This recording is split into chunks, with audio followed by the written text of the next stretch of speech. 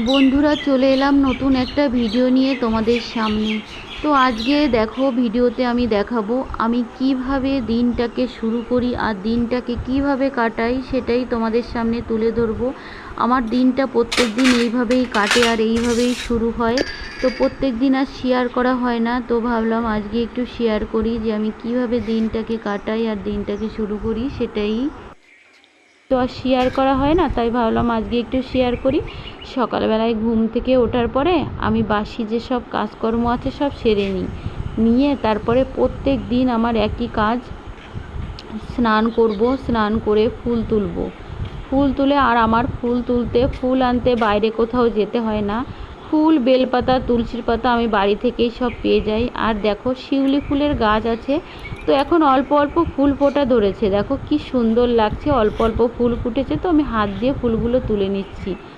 এরপরে যত দিন যাবে, মানে কিছুদিন পরেই সামনে পুজো আসছে, পুজোর মধ্যেই প্রচুর ফুল ফুটবে গাছে, জানো তো, একদম নিচে দিয়ে যেন বিছানার মতো বিছিয়ে থাকবে এই শিউলি ফুলগুলো। আর এখন অল্প কয়েকটা নিচে থেকে আমি তুলে নিচ্ছি, ওপর দিয়ে আরও আছে, ওপরে তো আর যেতে পারবো না, নিচে থেকে তুলে নিচ্ছি। আর এদিকে আছে দেখো গোলাপি জবার গাছ। এই জবা ফুলগুলো কটা তুলে নেব। জবা ফুলগুলো এইগুলো কিন্তু কুড়ি না, ঠিক আছে, এখন অনেকটা সকাল তো ফুলটা পুরো ফুটে পারেনি, তাই এরকম কুড়ি কুড়ি দেখাচ্ছে। তো এখান থেকে আমি ফুলগুলো তুলে নিচ্ছি, হালকা গোলাপি ফুল। ফুলগুলো না দেখতে অসাধারণ, দারুণ দারুণ লাগে। তো সব ফুল তুলি না গাছের থেকে, কেননা ফুলগুলো যখন পুরো ফুটে যায় না, তখন গাছটা আলো আলো হয়ে থাকে, দেখতে জাস্ট দারুণ লাগে। তাই এই যে অল্প কয়েকটা ফুল আমি তুলে নিলাম। তো এইভাবেই আমি দিনটাকে শুরু করি রোজ। তো ভাবলাম রোজ করি কাজগুলো, তো তোমাদের দেখানো হয় না, শেয়ার করা হয় না, আজকে একটু শেয়ার করেই নিই। এবার দেখো, এদিকে লাল ফুলের একটা গাছ আছে, তো এগুলোকে কি ফুল বলে আমি ঠিক বলতে পারছি না, তো এই গাছ থেকেও কটা তুলে নিলাম। আর এদিকে আছে বেল গাছ, দেখো বেল গাছের থেকে বেল পাতা তুলবো, তার জন্য একটু বেল গাছগুলো দেখিয়ে দিচ্ছি। এখানে দেখো আমাদের কিন্তু 4-5খানা বেল গাছ। তো দেখো এখন বেল হয়েছে গাছে, বেলগুলো কিন্তু এখন কাঁচা। তো চলো আমি বেল গাছগুলো একটু শেয়ার করি। দেখো এখানে 4খানা বেল গাছ আছে, 5খানা ছিল মোট। সবচেয়ে থেকে বড় যে গাছটা, পুরানো গাছটা, সেই গাছটা মরে গেছে, সেই গাছে আর বেল হয় না। তো দেখো লাইন দিয়ে সাজানো গাছগুলো, আর প্রচুর বেল হয় জানো তো, গাছে প্রচুর বেল হয়। এখন গাছের মানে দেখো একটা চাল কুমড়ো ঝুলে রয়েছে গাছে, দেখো। আর এবার বেলগুলো না আমাদের বাড়িতে কেউই তেমন একটা খায় না, মানে পাশে আশেপাশের লোককে সব দেওয়া হয়, বিলানো হয়।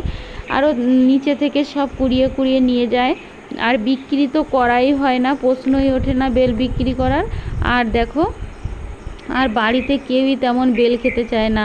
তো পুরো মানে এত বেল হয়, মনে হয় যতদিন বেল থাকে একটা বেল খাই কি না তো ঠিক নেই, শুধু আমি না, কেউই খায় না। হয়তো একদিন একটু গাছের বেল তো হয়তো শখ করে একটু একদিন খাওয়া, এই আর কি। আর এখানে দেখো গাড়ির ঘরে 2খানা অতিথি শুয়ে রয়েছে। সকালবেলায় দেখছিলাম 3-4খানা, এখন দেখছি 2খানা অতিথি আছে। দেখো ওই দেখো অতিথি শুয়ে রয়েছে, এই আর একটা অতিথি দেখো শুয়ে আছে। তো এই গাছ থেকে আমি কটা বেল পাতা তুলে নেব এবার।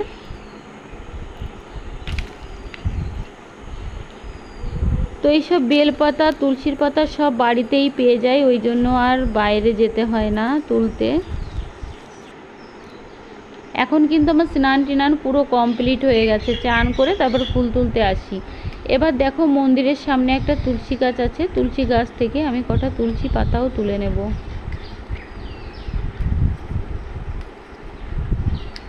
কটা তুলসীর পাতা তুলে নিচ্ছি, নিয়ে তারপরে গিয়ে সব ধোবো। ধোয়াটা আর মনে হয় তোমাদের সাথে শেয়ার করিনি, ধুয়ে তারপরে গিয়ে ঠাকুর পুজোটা দিয়ে নেব। পুজোটাও তোমাদের সাথে আমি শেয়ার করতে পারিনি। এইভাবেই দিনটাকে শুরু করি। এরপরে যাব রান্নাঘরে, চা করব, চা করতে হবে, চা খেতে হবে। তারপরে গিয়ে আবার রান্নাবান্নার ব্যবস্থা আছে না, রান্নাবান্নাগুলো করতে হবে সব। আর আমি সকাল সকাল রান্নাটা করে নিই, অনেকেই জানো, কিন্তু আমি ভিডিওতে বলি আমি অনেকটা সকাল সকাল রান্নাটা করে নিই। এবার এখানে দেখো আর একটা সাদা ফুলের গাছ আছে, এই গাছ থেকেও আমি কটা ফুল তুলে নিচ্ছি। আমাদের তো এত ফুল লাগে না, তো আশেপাশে পাড়া থেকেও লোকে এসে ফুল নিয়ে যায় আমাদের গাছের থেকে। ঘরে গাঁদা ফুলও রাখা আছে, কিছু গাঁদা ফুলও নিয়ে একসাথে পুজো করে নেব। এবার আমার পুজো টুজো করে চলে এলাম দেখো কিচেনে এসে চাটা বসিয়ে দিয়েছি। প্রথমে লিকার চাটা করে নেব। লিকার চাটা করে তো আমার দেওরের জন্য 1 কাপ দুধ চা করব। তো আমার দেওর তো চিনি ছাড়া চা খায়, চিনি দেওয়া হয় না, তো ওই জন্য আর কি ওর জন্য দুধ চাটা করে নেব আমি। তারপরে চা খাওয়ার পরে আবার পরের কাজ, পরে রান্না বান্না সব কিছুই হবে।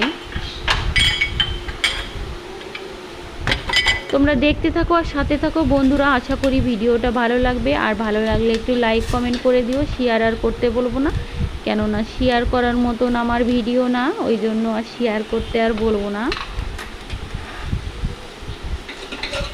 এবার দুধ চাটা আমুল দুধ মিশিয়ে দুধ চাটা আমি করে নেব। পাশে সসপ্যানে দুধটাও জ্বালাতে বসিয়ে দিলাম একটু, যদি বাচ্চারা খায় আবার, ওই জন্য।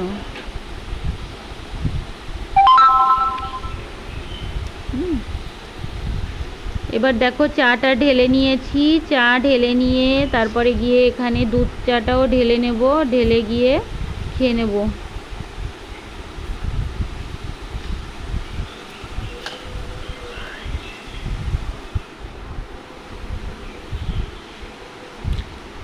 তো এইসব হচ্ছে আমার প্রত্যেক দিনের কাজ, প্রতিদিনই করতে হয়। তো চাটা আমার যাই বেশি করে, চাটা আমার খুবই কম করা হয়। আমার যা সন্ধ্যাবেলায় আর সকালবেলায় চাটা আমার যাই করে বেশি।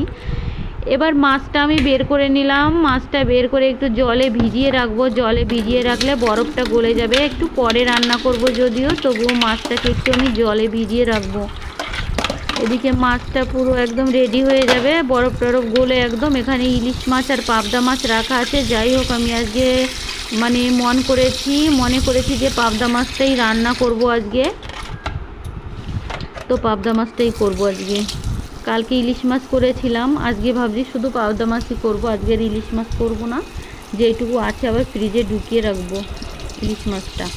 মাছ ধরেছি যেহেতু হাতটা একটু হ্যান্ড ওয়াশ করে নিচ্ছি।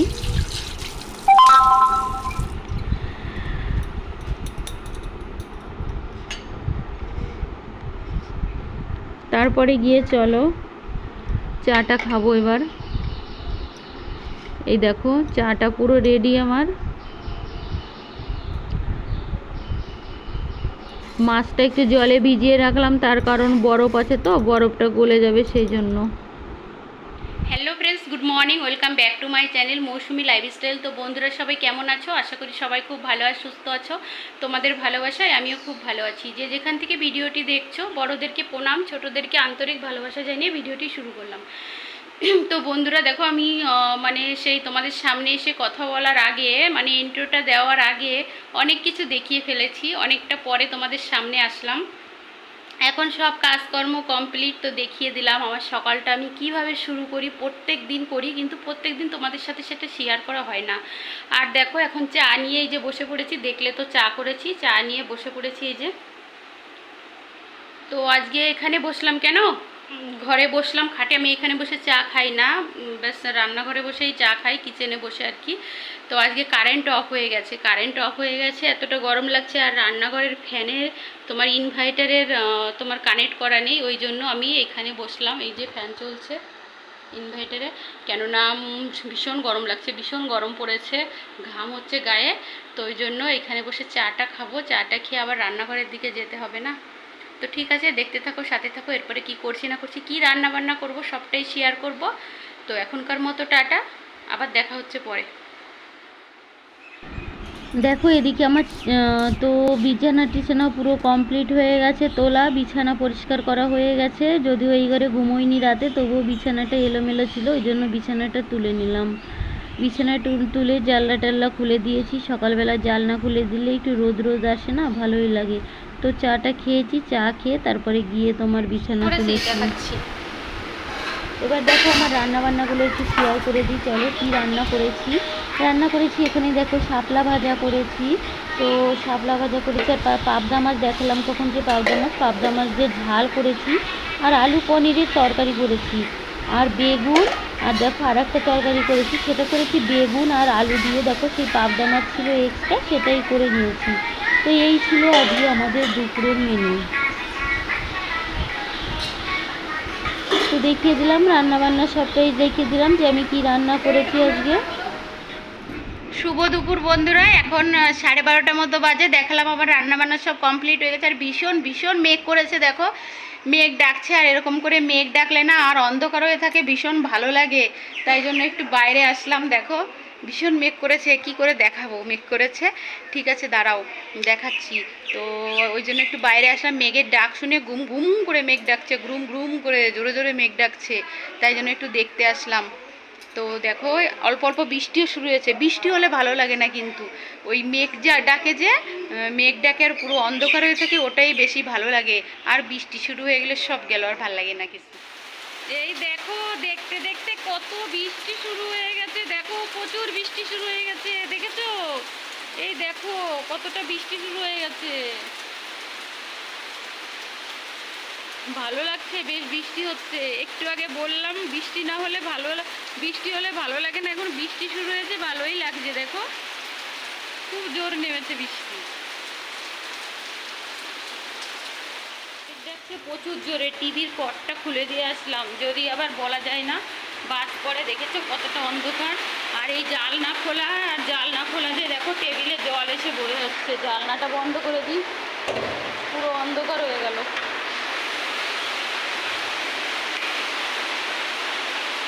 ফ্রিজের পটটা খুলে রাখবো।